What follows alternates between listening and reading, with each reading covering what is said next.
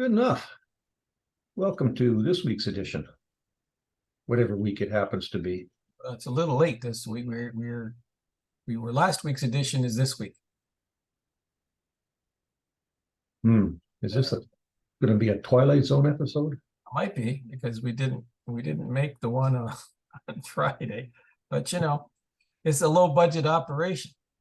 Very much so, yeah. As you well know, we are, when they say this is a nonprofit organization, they're sure right about that.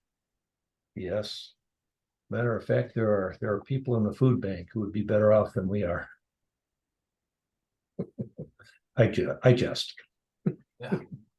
So, what's new in the land of left coast? Well, we've gotten rid of our subnormal temperatures back to a kind of a normal 10, 12 degrees, rain. So yeah, it's coming back to its as it should be. Well, we had some snow here a couple of days ago, about 4 inches, whatever that is in millimeters, and it disappeared 2 days later, and it's 12 Celsius at the moment. Wow. So, but it's supposed to get down to -4, so what's that, 26 or 24 Fahrenheit in a couple of days. So winter is here, it's coming. Climate changes. There is climate change called weather. Yes. Some places in the world there's 4 seasons, and some places there's 1. No, the 4 seasons is a group. We're dating ourselves again. Yeah, we are. Speaking of dating ourselves, did you see that thing, that the new Beatles song called Then No. or Now and Then? Yeah, they took AI combined with an old John Lennon cassette tape he made before he went on to the other world. They put it together with McCartney and Ringo Starr, and a new record was released this week. I haven't seen that. Yeah, which has the Beatles crowd pretty excited. 2 dead guys on a brand new recording. Well, I guess Natalie Cole can sing with her father. That's right. That's right. I forgot that, and that's some time ago. That's got to be what, 20 years ago when they did that. Have to be at least, yeah. Yeah, you're right. So there's nothing new under the sun. They have AI, but that technology, or if you will, that concept is not new.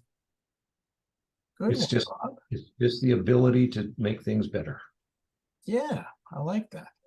I like that. Speaking of nonprofit, I just want to let our viewers and listeners know that we have launched our end of the year fundraiser for keeping us on the air and for getting ready for the 7th BORDERPOL Forum, which has been in abeyance for 2 years. At least, for various reasons. So we're looking forward to doing that, but we're also looking forward to getting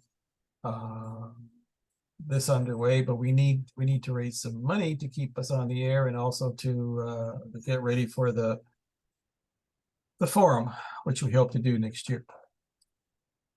Yeah. Well, if you go to, sorry, go ahead, Bob. No, I was just going to say, we've been talking about the forum, and hopefully we can get the funding we need, and some good speakers, and again, listeners out there, the viewers.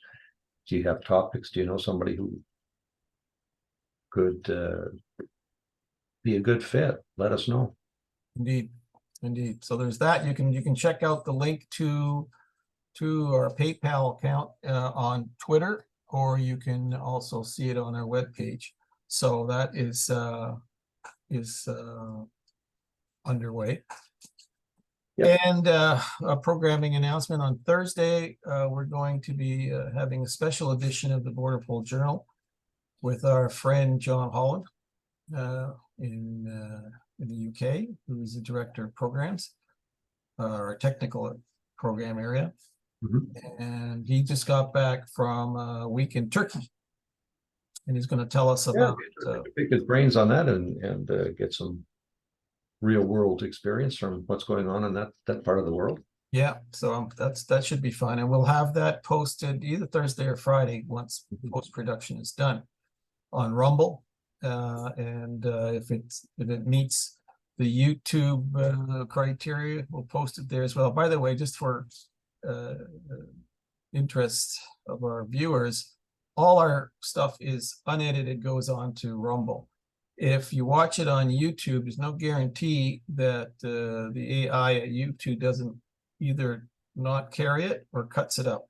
So we're focusing our priority on making sure that it's on Rumble first, and then on YouTube, because YouTube is practicing its prerogative, and so are we. So there's that. Today we're just having a shorter version of our usual broadcast, but we were talking in pre-production about some of the issues that are of interest to us. Sometimes they're way up there in the international arena, and sometimes they're at the national level. Yeah. In fact, this particular episode of our podcast is about local government, and why it's probably more likely to be something that impacts on you daily rather than senior levels of government. Which really has an impact about every 4 years when they have to call an election. Yeah, that's right. But when you think about what happens to your daily life as a homeowner or as a resident of a community, the mayor and his entourage, town council, whatever, usually has a lot more impact on what you do. Mm-hmm. And how much it costs you than your MP at the national level. And here in Canada, your MP in Ottawa, or even your provincial member of parliament, because they're so far up the food chain that there's very little impact that individual citizens have with them on a day-to-day basis. But the reason it's interesting here is because in this community that I live in, we're in the middle of a controversy over the extension of something as simple as a sewer system. And part of that extension impacts on the ability of the ratepayers in this community to pay for that extension. And why is this extension being built? Because land developers are building houses in the community, or tend to, and they need to have the infrastructure. And the infrastructure usually gets paid by developers. Well, in the community that I live in, the town council, in its wisdom, thought they should pick up a significant portion of that cost. Except that slowly the ratepayers in this little community I live in say, well, hold the phone here. We're already getting suckered for a lot of money for other projects that you borrowed money on, and we have to pay back over a 20-year period. Mm-hmm. So, and it's been jumping in costs from year to year exponentially, I would say, in some cases. And then with the rising interest rates that we're all facing, this more than doubles the whack on these expenditures. And so for lowly ratepayers have now suddenly decided, no, we're going to question this business of the improvements to our infrastructure so that developers can build houses. But you've had a similar situation out in BC. We do, yeah, where we have a mayor that ran on a bunch of things, but the mayor then decided, well, I think was it within the first week of being elected, decided that they were going to change from one police force to another, and we're now into the 5th year of this transition, and we've had the provincial government make an edict overturning the recent wishes of the local population, and saying that you can't go back, and we're going to fix it because we're going to rewrite the legislation, in this case the Police Act, to say that once the decision's made, that's it. So I guess it goes back to what you're saying before. We've got an inverse kind of relationship. You have the voting that matters the most to you right here, that affects you the most, that is not well attended. Right? You get, in our last election, I think we were lucky if we got 30% of the eligible voters out to vote people in to make change, and then we complain about it. But we get way more turnout at a federal level or a provincial level where your vote really, well, I won't say is meaningless, but it doesn't have the same impact as if you went out and voted at a local municipal level. I guess conundrum of politics, voter apathy. I don't know. Yeah, but the impact of local politicians on your day-to-day life is actually much more, as illustrated by your story in Vancouver. That we don't pay attention to little things. We think that a town council is less of an interest in a prime minister and all the entourage that goes with that, or a governor of a state or what have you. For American viewers, it's good to talk about them, and there's certainly we do have lots to say about how they're managing or mismanaging things, but the actual impact, dollars and cents in your day-to-day life, from garbage pickup to water services to schools that are needing to be repaired, and bus service and all that, that really impacts you far more than the more higher elevation, shall we say, government levels. Yeah. Well, I think it brings you're right with infrastructure things that are going on. We just have way too much that goes on, and we don't think about it. I guess we complain if the roads have potholes in them. But we don't complain. Yeah, I think a lot of it has to do that with, we tend to look at the stories of the world. I mean, obviously, in the international arena, we have enormous challenges with the wars, with the economy, with the social upheavals. I mean, here we are, where you and I are both wearing poppies because this is Remembrance Week, and Remembrance Day is on the 11th. Yet at the moment, there's so many people who are challenging, the historical significance of Remembrance Day, and shifting towards more contemporary issues with protesters and whatever, saying, well, Remembrance Day, well, that's something you're talking about that took place and ended 80 years or more ago. So the traditions of the past seem to be lost to the media of today, which wants instant reporting on obviously very important issues. But if you forget your past, you're going to continue to do the same thing in the future. And so that's an old adage, of course, but we do have again series of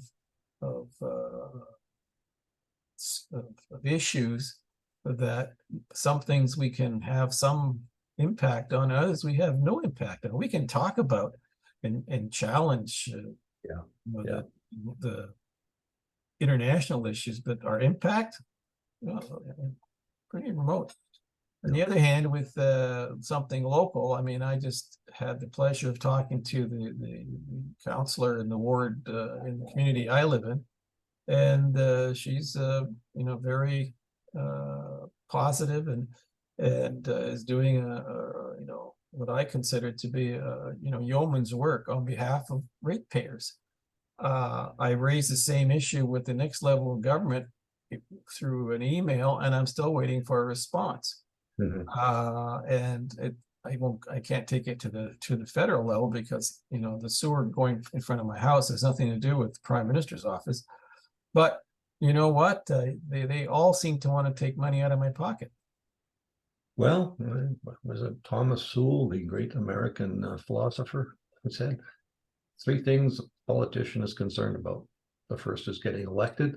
The second is getting reelected. And the third, which is way down the list, is what bothers and concerns you. And that's, Right. you know, it sounds rather harsh perhaps to say, but, you know, it sure is seeming that way to me. Yeah. Well, yeah, and as you've said often, there's, and this is a real truism, there's only one taxpayer. So only one wallet you can pull money out of, you know. And unfortunately, that one wallet is, it seems to be hitting what's called the middle class. And that middle class, which used to be a very big mass of people, is slowly shrinking. Yeah. Well, I see very many going up. I see a lot more people going down to the lower middle class. But, you know, what happens when that middle class disappears altogether? in this country, I don't think you have to wait very long for that. I don't want to be, you know, to go too deep in a pessimistic view of this, but I think it's to use another cliche, it's an endangered species. Mm-hmm. You know, Yeah. and what is a middle class anyway, in you know, relative terms? I don't know. Well, it's kind of like everything else in today's society. It's got a movable goalpost. It means what the politicians want it to mean. And if it means that you still have a dollar in your pocket, that they haven't done their job properly because you still have a dollar in your pocket. Yeah. Well, you know, there's a lot of jokes that go on about what's a politician at the bottom of the ocean. You know, a good start. But you know, you can throw in some lawyers in there. You can. There's a lot of them that can be in that depth of water. But anyway, sorry. No pun intended. Yeah. So just as a matter of you know, interest, it was, you know, clear that we tend to look at the big picture from 30,000 feet up, but have little impact. We really need to look at in a much narrower focus if we're to do anything within our communities. So anyway, that just came home for me the last couple of weeks as we're locally dealing with this this issue of sewers. Yeah. Which you know, I knew nothing. I think about you're right though, Tom. You take that 30,000 foot level, which is fine, to get a perspective and to think on things, ponder, pontificate, whatever you want to do. But we always forget that. Do you remember I can't remember what it is, the U.S. Geological Society that did the Landsat project back in the 70s, where they sent the satellite up and it took 40 square mile pictures of every place on Earth and stitched them all together. So they had this massive, wonderful thing of 40 square mile pictures all knitted together. But what everybody forgot was that you could actually drill down. And I'm sure now that if they put something up, you would be able to go down and, you know, count the number of hairs on a head. But back in the 1970s, they could actually drill down and you would be able to see people. You wouldn't be able to identify the people, but you would see the people. And, you know, you forget that kind of stuff, even from a 30,000 foot view. You can still take the time to go in and find out what's of interest. You know, what really is at the bottom of the Grand Canyon? Well, you know, if you have the money or the wherewithal, you can go down there and you can drive, or you can take a tour and do it yourself, or you can go to, you know, some product like Google and drill down in their maps and find out what's there.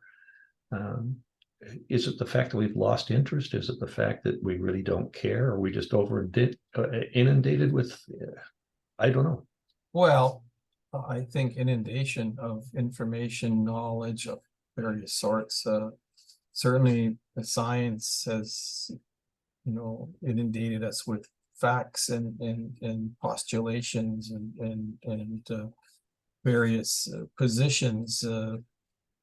I mean, the post-pandemic time shows us clearly that we were given lots of information during that era, just a scant 2-3 years ago.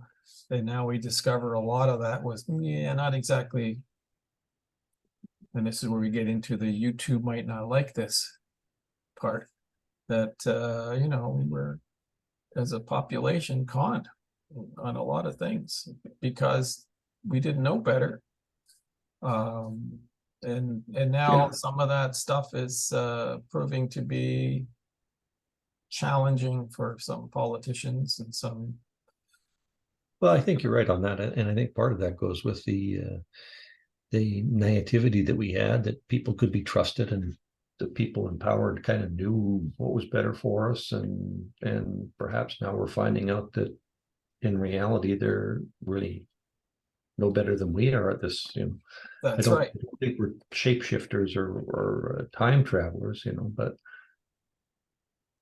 Well, a lot of but there's now the new nomenclature: misinformation, disinformation, malinformation. I don't know what other 3 letters you can put in front of information these days. But you know, we were inundated with a lot of information. Some of it turns out to be incorrect. Some of it turns out to be half-baked. Some of it turned out to be correct. But all in all, it wasn't the horrendous thing that we were scared into. And a lot of things were decided upon based on that outflow of information through a very compliant media, by the way, who never really questioned anything. yeah. And now again, Well, in hindsight, you're going, where were they? Now all of a sudden, you know, there's all this, you know, Monday morning quarterbacking, or I would say, suddenly the realization, well, oh, some people lied to us. No kidding. Okay, well, okay, that's. Well, that goes back to the old hindsight is a 20/20 science. Yes. But we've been doing it for years with an individual called Nostradamus. He wrote Yes. these things, Yep. and now we've got people who are getting PhDs interpreting his writings based on what's happened in the past. And I don't know. It's a strange world. Well, and I don't know how much we've learned, because in the last couple of weeks we've had some, you know, serious international geopolitical issues taking place, and you know, coming back to the poppy thing, we have a whole subset of people in the West now who have decided that it's okay to challenge the traditions of fair play and legalities when you think your gang is being hard done by. So here I'm going to come out and say that, no, when the Hamas attack on Israel took place, everybody was aghast. And after a week, when the response from the Israelis was, you know, we're going to go look after these terrorists, now everyone is double aghast. And it's almost as if the media never really prepared folks for what's known as war. You know, war is a nasty bit of business. And Very so much so. here, you know, we went from being totally shocked with what happened on October 7th, and within a week, now all that's forgotten, and we're now totally shocked that there are literally thousands of people getting killed in the Gaza for what? Well, yeah, like for what? I think you could say that with any war or conflict or anything else. It's all for what? Maybe it's one of those things where we should go and start looking at what they used to do in the old crime series. Follow the money trail. Let's find out who's benefiting here. And yeah, well, it's suspicious to me that this barbaric terrorist attack on Israel took place exactly when things weren't going well in Ukraine. And then all of a sudden, you have, after 3 weeks after that, I should say, a week after that, the media suddenly forgets what happened that precipitated this thing, and now they're only talking about what is going on as the Israelis basically go hunting for the perpetrators of that terrorist attack. And yes, you see these absolutely mind-blowing pictures of children and women, like I think we're up to 10,000 almost now casualties or deaths in the Gaza. And you cannot help but be concerned with that that casualty. But but you cannot say that there wasn't a cause and effect here. This is really very, very difficult to get one's head around. But two wrongs don't make a right. No. It kind of reminds me of a kid that goes out to the backyard with a stick to bat around at a hornet's nest, knowing full well that I might get stung. Yeah. And until they actually get stung, they don't realize that it hurts. Yeah. And the thing that is beyond all the demonstrations that are taking place, pro-Palestinian demonstrations in cities, London, Paris, Toronto, Washington. I mean, tremendous numbers of young people are coming out and demonstrating rather vociferously and violently in some cases. But there is absolutely no excuse given for the rise in anti-Semitism or firebombing synagogues or all this stuff. So, the Western world has got to figure out how it's going to deal with the issue in the Western world of Arab and Middle East sentiments, and how they're going to be able to act like Solomon between the Islamic world and the Jewish people, who one side is hell bent on destruction of the other. How do you, it's there's going to have to be some draconian things done, and some sides will have to be taken on this. And right now, I think none of the folks who are the architects of this mess have any solutions any more than we do, by the way, because it goes back to, I think, some of the years ago or some months ago when we were talking about that, and we're into plan A, and it soon sounds like plan B is going to have to be adopted, and we hope that they have a plan B, and knowing if they're going to plan B, we sure as hell hope they got a plan C also. Yeah, well, it's clear that no one has any strategic idea of how to solve this problem. It's one that's about 1,000 years old, I might add, in that neck of the woods. So it's there's not. I don't know. I guess I'm a little pessimistic about how this is all going to turn out for all the parties. The talk of eliminating one side or the other is just absurd. You will not liquidate either side, as they say in some of these history books.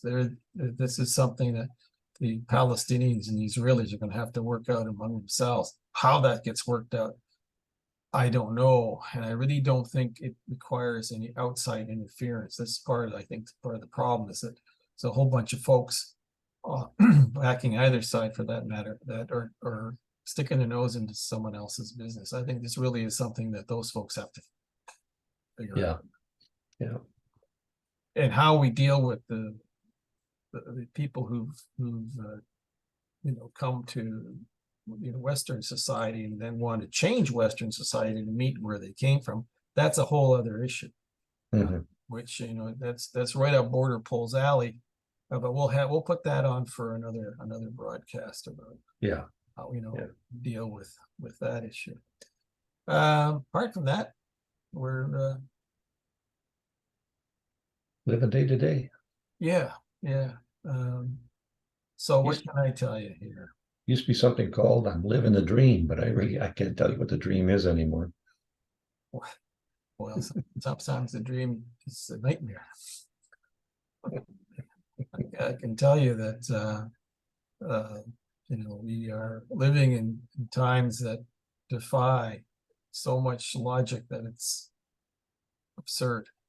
Yeah, did you see the one about the cars? Toyota's decided, not Toyota, I'm sorry, Honda's decided not to make any EVs because the president said we can't sell these things.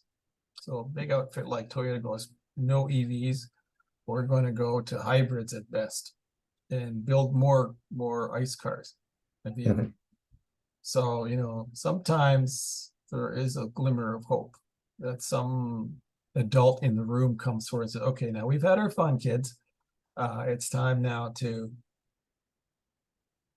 get down Clean to up this mess before somebody gets hurt. Yeah, exactly. So that was kind of a bit of good news this week from the automotive industry. I understand that the trucking industry is more or less said, no, we're not interested in electric trucks. It's not going to happen. Do you know what a battery for an electric truck weighs? 40,000 pounds. It read something the other day on it, and it's something that I will admit I probably should have known or should have thought about. But all of our parking garages have been engineered and structured on a weight of a car, gasoline car. Yeah, ICE car, internal combustion engine. Come on, get with the whatever you want to call it. Okay. But now you put all of, you could fit, let's say 40 cars, ICE cars into one of these garages. But now with the electric batteries, we can only fit 30. Because of the weight difference. Physics. The engineering structures. And I it's like we were talking about before, a 40,000 foot view. Well, it's a parking structure. I'll park my car, which is okay for 40 normal cars, but we now have 35 cars and 5 electrics, and that puts it over the stress value. No one thought about that. No, well, there's a lot of things that we're finding out that people don't think about, but it's kind of reminds me sometimes about lemmings. Going over the edge. You would think after the first couple drop that everybody would stop and think, maybe this isn't a good idea, but well, there you go. All right. Well, look, just to wrap it up for people for the BORDERPOL membership crowd, we will have a special broadcast with John Hall on Thursday to talk about sort of the issues that revolve around human mobility and the situation in the what is it with what's Turkey? Turkey is in the I was going to say Balkans, but I guess it would be the Balkans. Around that area. Yeah, Baltic is in north in Estonia, in the Balkan area, and what is actually going on there. So we're looking forward to that. And apart from that, we're happy to see everybody to hit the like button, hit the subscribe button, take a look at our website, which will include our new fundraiser link. And we'll see you back here on Thursday. Absolutely. A treat himself. Right. Okay, Bob. Till then. Ciao. Talk to you soon. Okay.